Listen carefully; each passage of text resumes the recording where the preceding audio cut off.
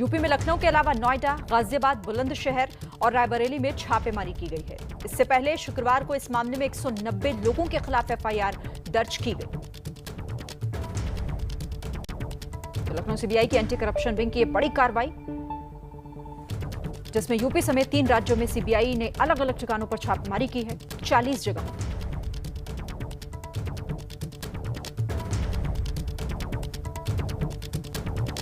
Riverfront घोटाले में CBI ने बड़ी कार्रवाई की। एंटी करप्शन विंग ने एक एफआईआर दर्ज शुक्रवार को की है, जिसमें 189 लोगों के नाम एफआईआर दर्ज की है, जिनमें 16 सिंचाई विभाग के तत्कालीन अधिकारी हैं जो रिवरफ्रंट घोटाले में शामिल माने जा रहे हैं। इसके अलावा अन्य सारे के सारे ठेकेदार हैं और इन्हीं के आवास और कार्यालयों पर छापेमारी चल रही। विपुल खंड लखनऊ में आप देख सकते हैं कि अखिल रमन इंजीनियर का मकान है और ये उस वक्त समाजवादी पार्टी के कार्यकाल में अधीक्षण अभियंता सिंचाई विभाग के पद पर तैनात थे और आज सीबीआई की टीमें इनके घर में दस्तावेजों को खंगाल रही। और केवल यही नहीं, 3 राज्यों में उत्तर प्रदेश, राजस्थान और पश्चिम बंगाल में छापेमारी की कार्रवाई चल रही है। लगभग 40 से ज़्यादा स्थानों पर सीबीआई रेड कर रही है और ये बड़ी कार्रवाई मानी जा रही है, क्योंकि जिस तरह चुनावों का वक्त है, ऐसे में इस कार्रवाई के तमाम मायने निकाले जा रहे हैं।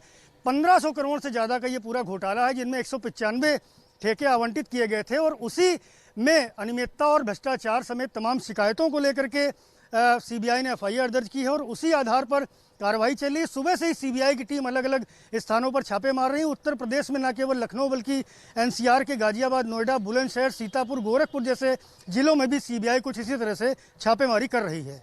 कैमरामैन फैसल के साथ Sanjay Tripathi, ABP news, Lucknow.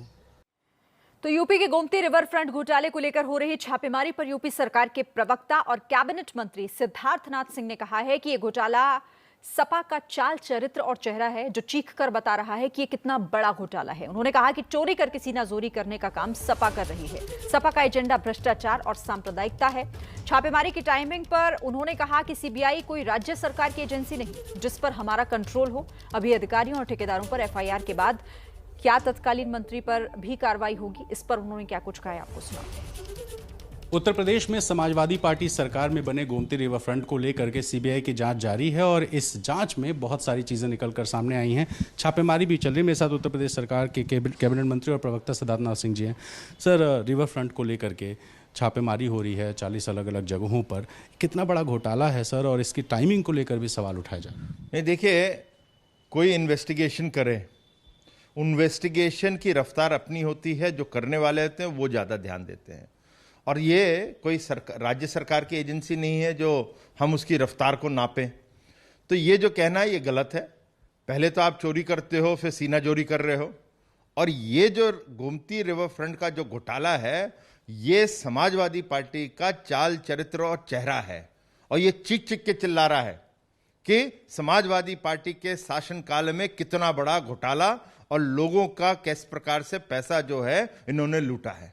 Sir, Samajwadi party के लोग कह रहे हैं कि अब चुनाव आ रहा है, दबाव बनाने की रणनीति है और इसलिए सरकार जानबूझकर सीबीआई का उपयोग कर रही है और वो यहाँ पे छापेमारी कर रहा है। ये जो उनका है, वही तो मैंने कहा कि भाई एक दफे आप चोरी भी कर रहे हो और फिर सीना चोरी कर रहे हो। अरे हमने तो किया नहीं कुछ है, चुनाव आ गया है। अरे रफ्तार कोई एजेंसी की हम थोड़ी नाप रहे हैं। तो आप पे उनके ऊपर तो उनका कंट्रोल है और वो कर रही है। और कहीं आ रहा है तो टाइमिंग क्यों ले आए? हर चीज में जो विपक्ष है और विशेष रूप से समाजवादी पार्टी या तो टाइमिंग लाते हैं अपनी चोरी के ऊपर, या जब कार्रवाई होती है जिस प्रकार से धर्मांतरण पे हो रही है तो फिर चुनाव आ जाता है।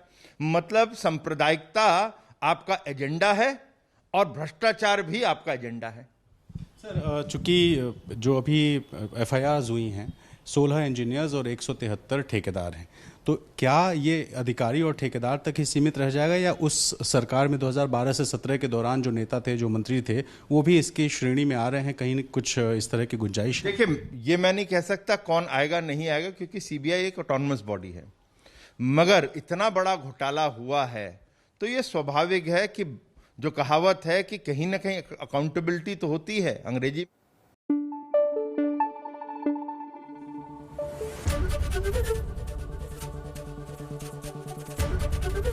एबीपी न्यूज आपको रखे आगे।